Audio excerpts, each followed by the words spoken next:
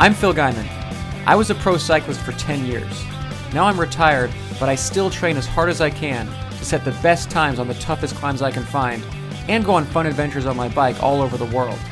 This is Worst Retirement Ever.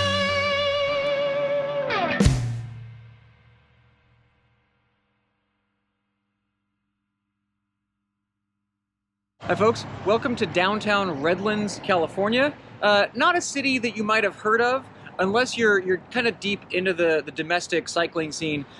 Redlands is a legendary town for the Redlands Classic bike race, and I'm going to show you around today. Over my right shoulder is a coffee shop called Bricks and Birch. So this is a shop that basically half the peloton would be here on the criterium stage, kind of socializing. You go for a spin in the morning, the criterium is in the afternoon. So this is a nice little spot to start today.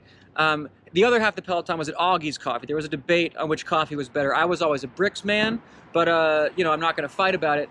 I had a double espresso and a vegan oat chip cookie. They were out of the chocolate chip.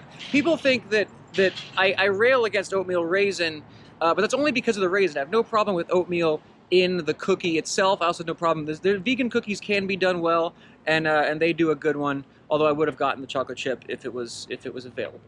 But I'm going to show you around downtown Redlands today and talk about the race without trying to relive the glory days. I did win that race 2 times, so I'm gonna try not to relive the glory days too much.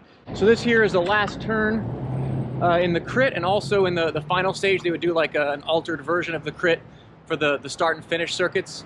And basically where this banner is up ahead of me is where the finish line was. So you come out of that last turn real hot and sprint up this stretch. The first time I won, I will never forget, like, basically passing out in Frankie Andreu's car. It was I was chasing Francisco Mancebo around all day and barely got him, and then I collapsed into a car. It was raining and cold. I collapsed into a car and didn't talk for like an hour, but I'm fine now. That was right over here. One block over from the crit finish is kind of the main strip of Redlands. This is State Street, very cute, downtowny, walkable, some you know, brick sidewalk situation. There's a nice farmers market here on the weekend.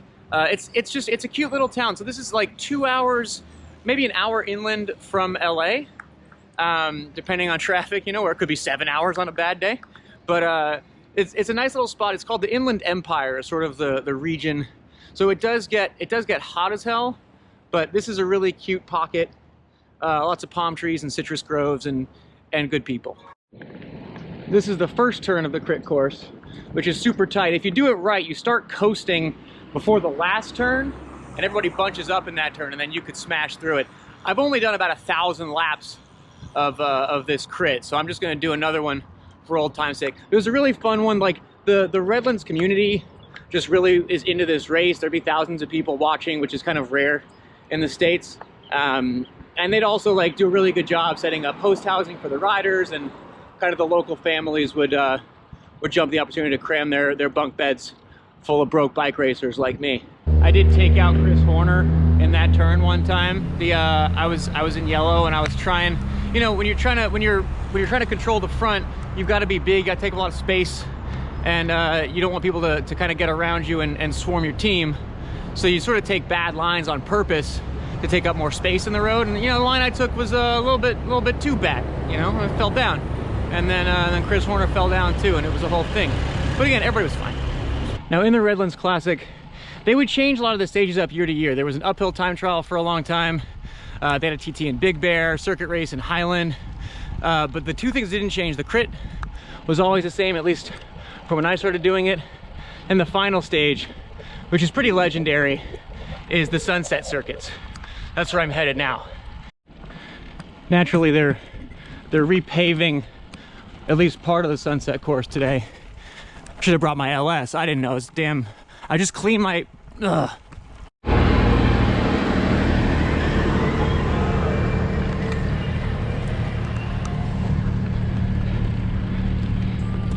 All right, I found some pavement.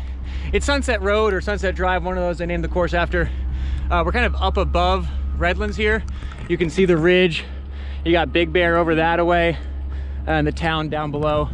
This is a really beautiful stretch of road. The reason this race is so legendary, it's a real bike racer's stage. I would say like Redlands and Tour of the Gila are kind of a tie for the kind of the most important races in North America, at least in my generation, aside from like the Tour of California, the American tier races.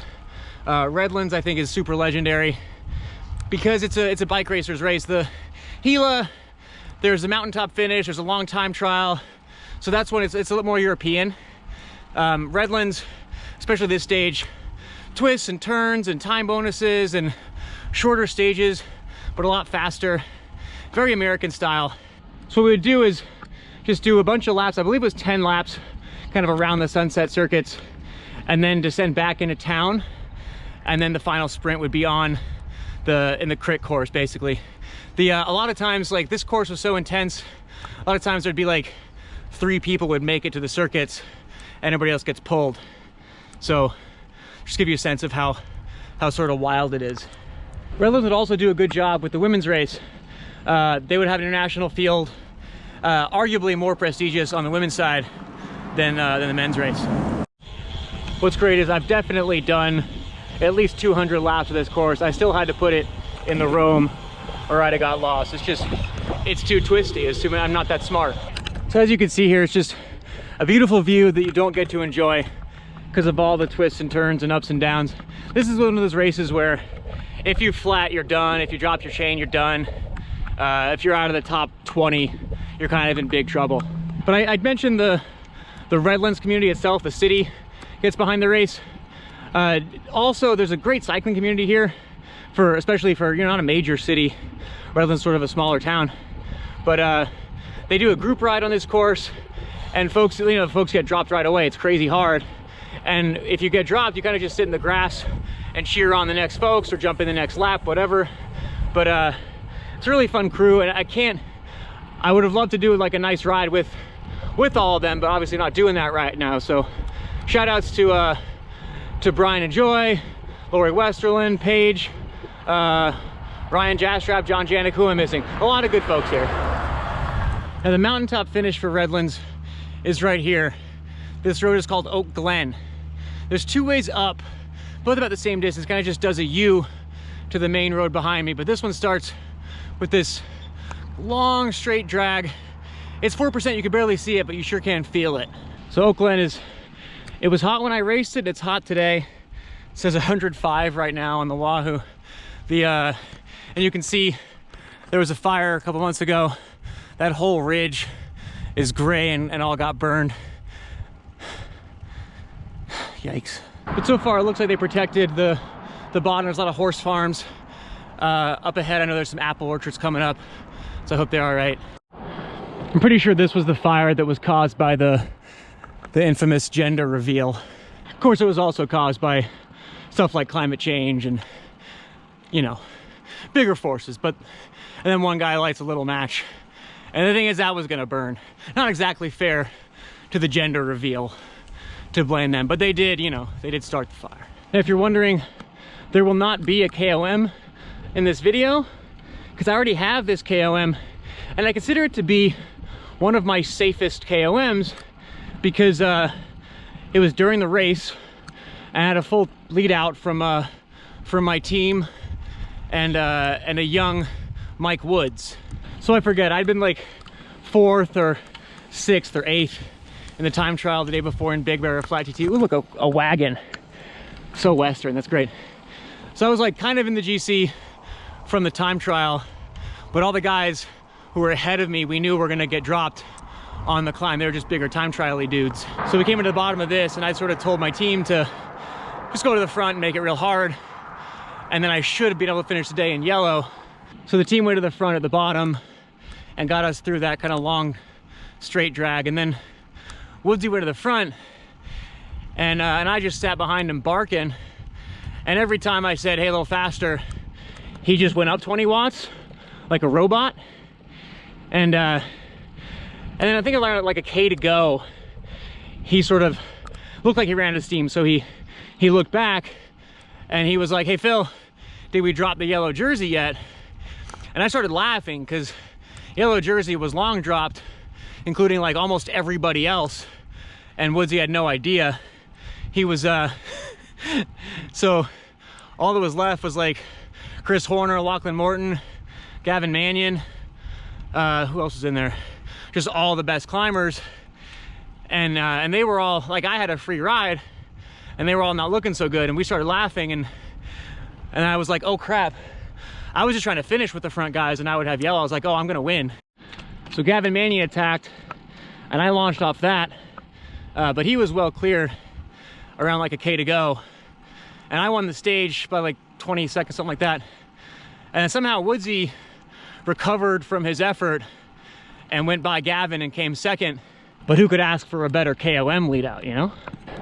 What are you, a yak? What are those? What's up? Yeah, get that, that looks itchy. Hey. Yeah, all this was apple orchards. So that's gone. Gender reveal.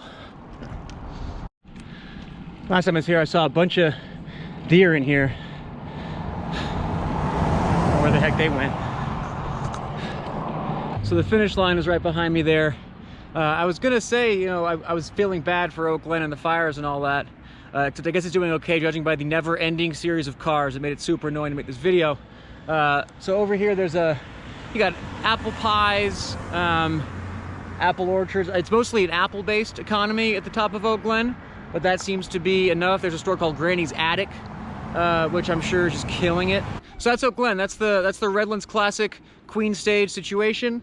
I'm gonna go back down and keep an eye out for those deer, but not gonna hold my breath.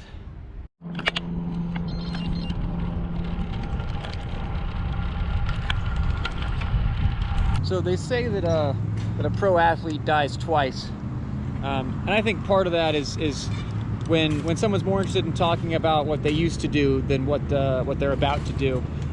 So I try not to do that. I've told my stories of bike racing in my books, but I made an exception today because Redlands, special place in my heart and my past, and also I think in American cycling. So I hope I captured the soul of this town and bike community as well as I could, given the pandemic and whatnot. Appreciate you watching.